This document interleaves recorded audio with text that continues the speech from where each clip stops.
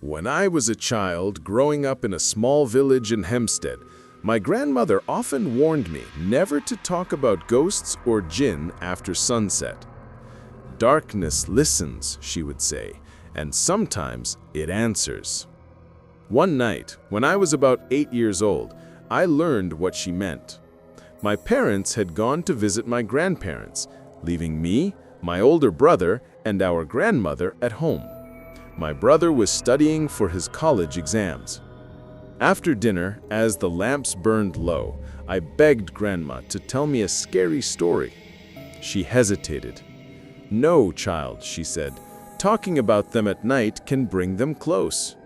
But I kept asking, tugging at her sorry, until she smiled and gave in. We were sitting in the last room of our old house, a long, single-story dalanbari made of brick and wood. Outside, the world was silent except for the wind moving through the trees. My brother said he'd go to the shop for some tea before studying, then rode off on his bicycle down the narrow dirt path. Grandma began her story. Her voice was soft, almost whispering, when suddenly we both heard a familiar sound, the creak of a bicycle chain, stopping just outside the window. Then came my brother's voice. "Hey, Chaiti, open the door." I froze. He's back already? I thought. I walked to the window and said, "Okay, bhai, I'm opening it." But when I looked out, there was no one. The yard was empty, only the darkness beyond the guava tree.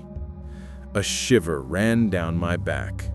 Then we heard the same voice again, this time from the front door. "Hey, Chaiti, open up!" Grandma stood up quickly and opened the door, but there was no one outside. The night was silent, the air heavy.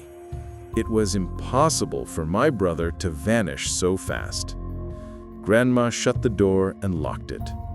For a long moment, neither of us spoke. I could hear her murmuring a prayer under her breath.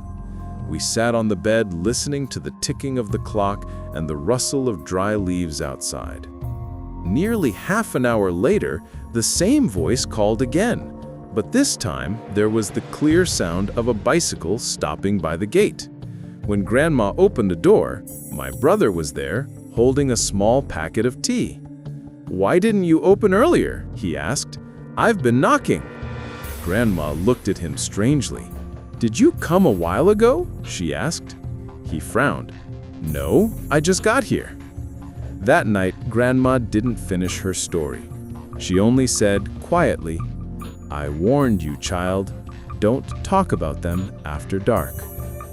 Even now, years later, whenever I hear a bicycle chain creak in the quiet of the night, I still remember that voice calling my name from the darkness outside the window.